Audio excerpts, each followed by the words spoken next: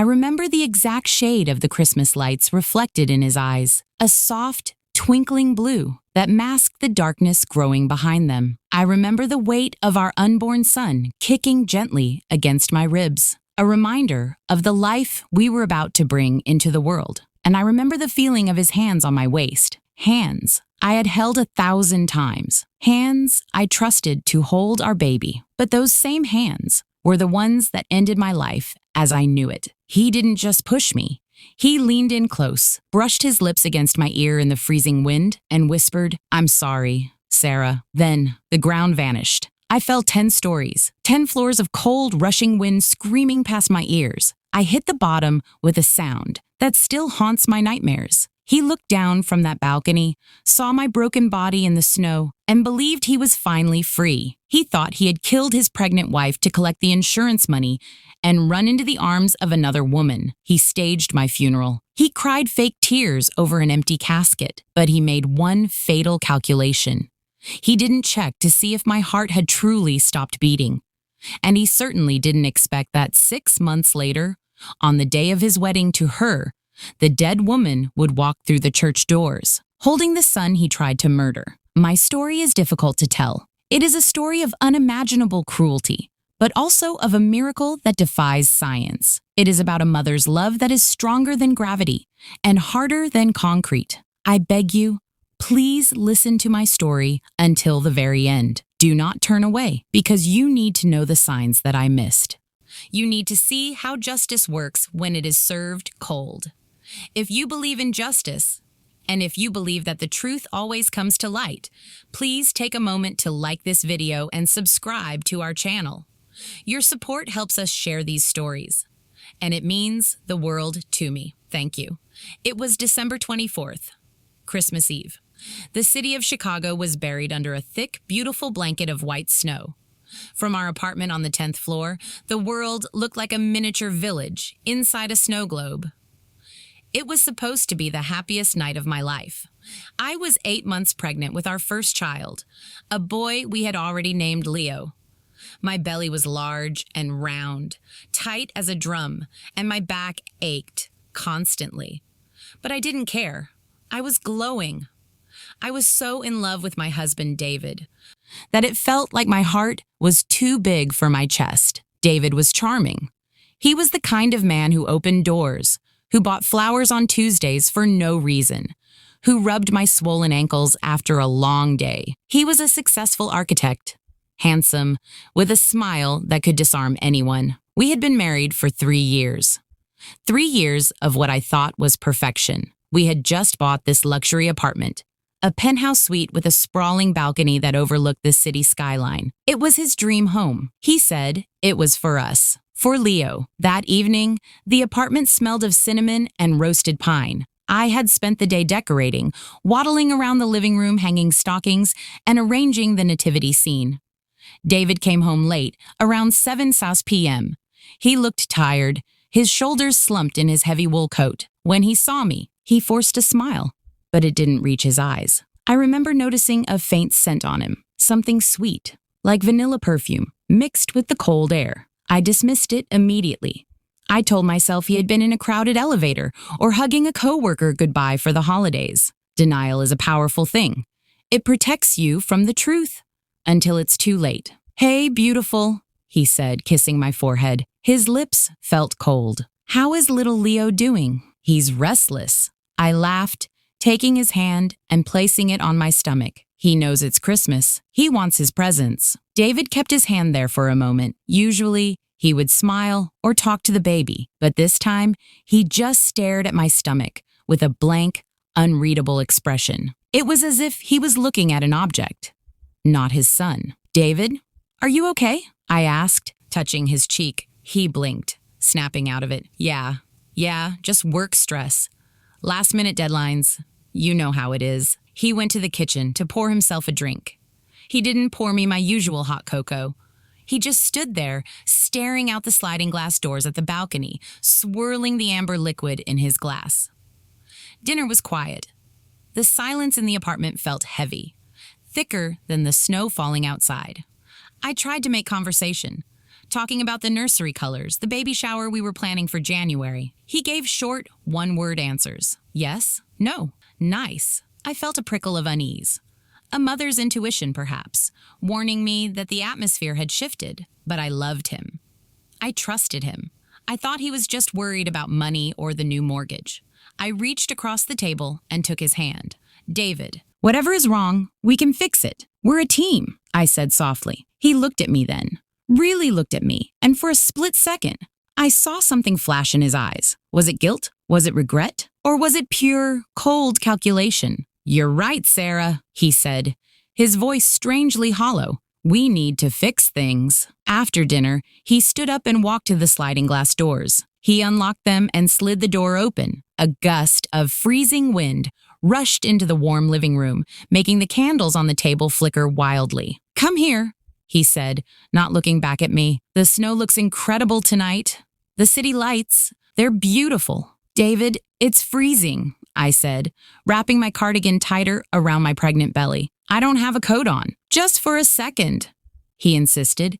His voice had a sharp edge to it now. Please, Sarah, come share a moment with me. It's Christmas Eve. I didn't want to ruin the mood. I wanted to be the supportive wife. So I stood up. I waddled slowly toward the open door. The cold hit me instantly, biting at my skin, but I stepped out onto the balcony. We were 10 floors up. The railing was waist high, made of wrought iron, covered in a thin layer of ice. Below us, the streetlights were tiny yellow dots, and the cars looked like toys. The wind whipped my hair across my face. David stood behind me. He wrapped his arms around me, pulling my back against his chest. It should have been romantic. It should have been safe, but his body was rigid, tense. Look down there, he whispered near my ear. It's a long way down. It makes me dizzy. I laughed nervously, gripping his forearms. Let's go inside, David. Leo was getting cold. He didn't move. He didn't let go. I can't do this anymore, Sarah, he said.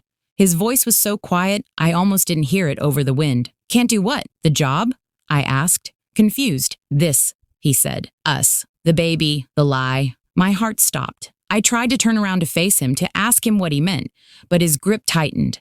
His hands moved from my waist to my shoulders. David, you're hurting me, I said, panic rising in my throat. I'm sorry, he whispered, and then he shoved. It wasn't a stumble.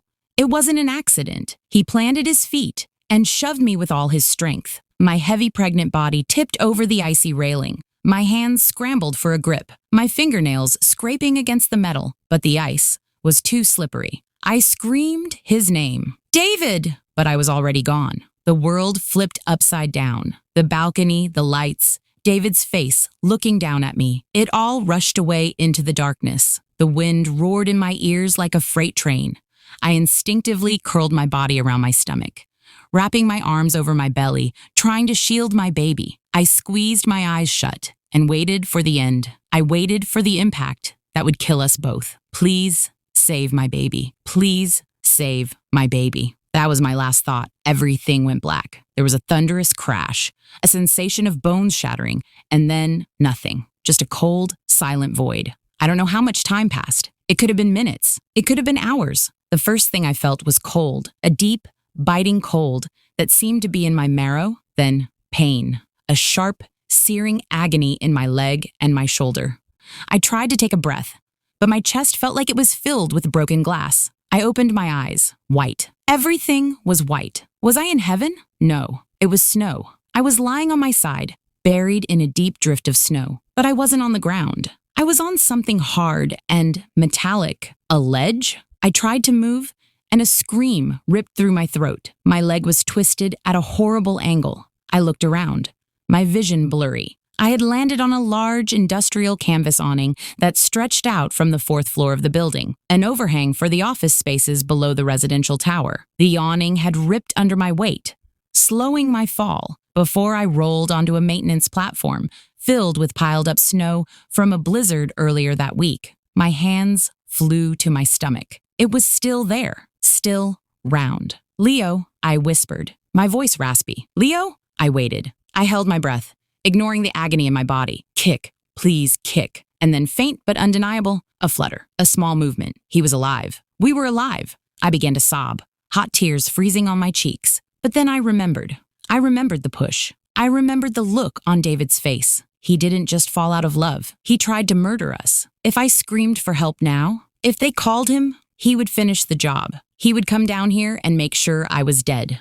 I couldn't stay there, but I couldn't move. I passed out again from the pain. The next time I woke up, I wasn't in the snow. I was in a bright room with beeping machines. The smell of antiseptic filled my nose. A hospital. I tried to sit up, but a gentle hand pushed me back down. "Easy, Sarah. Easy," a woman's voice said. A nurse. She looked kind, but worried. "You're in the ICU. You're safe." "My baby," I gasped, gripping her wrist. "He's okay," she said, a miracle in 2 words. "His heart rate is strong. You have a broken leg, 3 broken ribs, and a shattered shoulder. You have severe hypothermia. But the snow and that awning, they saved you. It's a miracle you didn't miscarry. It's a miracle you're breathing. Where is my husband?" I asked, my voice shaking, not because I wanted to see him, but because I was terrified he was in the hallway. The nurse's face changed. She looked uncomfortable. She glanced at the door. "There's a detective here to speak with you, Sarah. Detective Miller. He's been waiting for you to wake up." A tall man in a gray suit walked in. He looked tired, holding a notepad. He pulled a chair close to my bed. "Mrs. Thompson," he said quietly. "I'm Detective Miller. We found you on the 4th floor maintenance deck. Can you tell me what happened?" I opened my mouth to say, "He pushed me. David pushed me." But then the detective spoke again. "Your husband, David, he called 911 last night. He was frantic. He told us you've been suffering from severe prenatal depression. He said you stepped out onto the balcony for fresh air, and you jumped." The words hit me harder than the pavement would have. Prenatal depression? Suicide? He was spinning a narrative. He was painting me as unstable. If I accused him now, it would be his word against the word of a crazy hormonal woman who just tried to kill herself. David was an architect. He was rich, charming, and respected. I was just a housewife. Who would they believe? He said I jumped? I whispered. "He's grieving, Mrs. Thompson," the detective said, though his eyes were narrowing slightly, studying me. "He thinks you fell all the way to the street.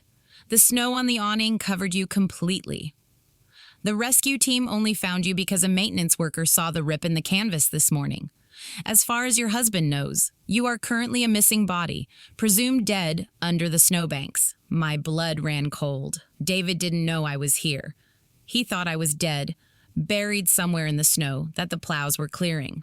If I told the detective the truth now, David would be arrested, maybe. But he would get a lawyer. He would fight it. He would claim I was lying. He might even get custody of Leo if they deemed me mentally unstable. No, that wasn't enough. I needed proof. I needed him to believe he had won. I needed him to feel safe, to spend that insurance money, to bring his mistress out of the shadows. I needed to become a ghost.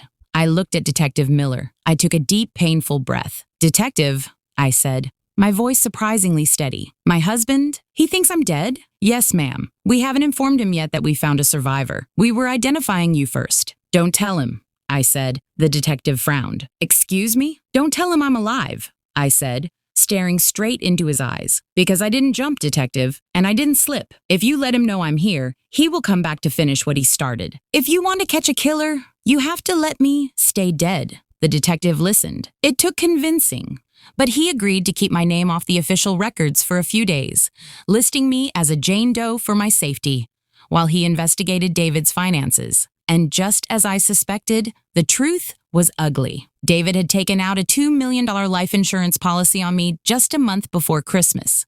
And he wasn't alone. Phone records showed hundreds of calls to a woman named Jessica, his assistant. For the next 4 months, I lived in the shadows. My parents, who were the only ones who knew the truth, hid me in a small cabin hours away from the city. I watched my son, Leo, come into the world safely, a beautiful, healthy boy who looked just like me. I held him close, fueling my strength with his warmth. Meanwhile, I watched David online. He played the grieving widower perfectly. He set up a Sarah Memorial Fund. He cried on the news. But then, exactly 3 months later, the grieving stopped. He bought a new sports car. Jessica moved into my apartment, and then they announced their wedding. The wedding was set for a lavish garden estate in June. It was a small, intimate ceremony, perfect for a ghost to crash. I arrived just as the priest asked if anyone had any objections. I didn't speak. I just opened the heavy oak doors and walked down the aisle. I wasn't wearing a ghost costume. I was wearing a bright red dress, the color of life, the color of rage. I held Leo in my arms. The silence that fell over that crowd was deafening. David turned around, his smile dropping into a mask of pure horror.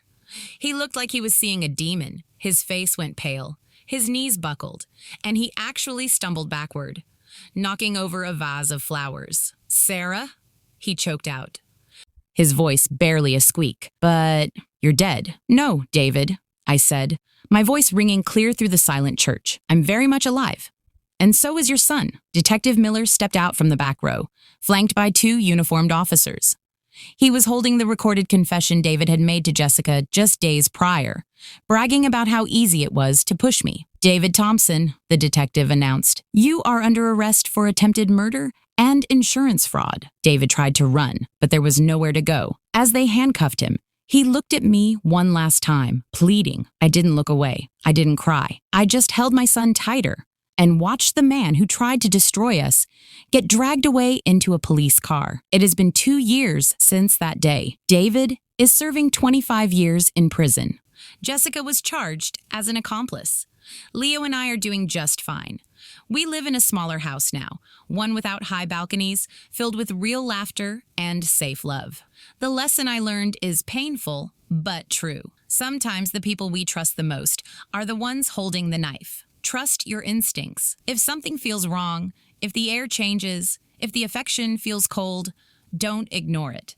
Your intuition is your guardian angel. Listen to it. Thank you for listening to my story. It wasn't easy to relive, but if sharing my survival helps even one woman walk away from a dangerous situation, then it was worth it. You are stronger than you think, and no fall is too deep to rise from.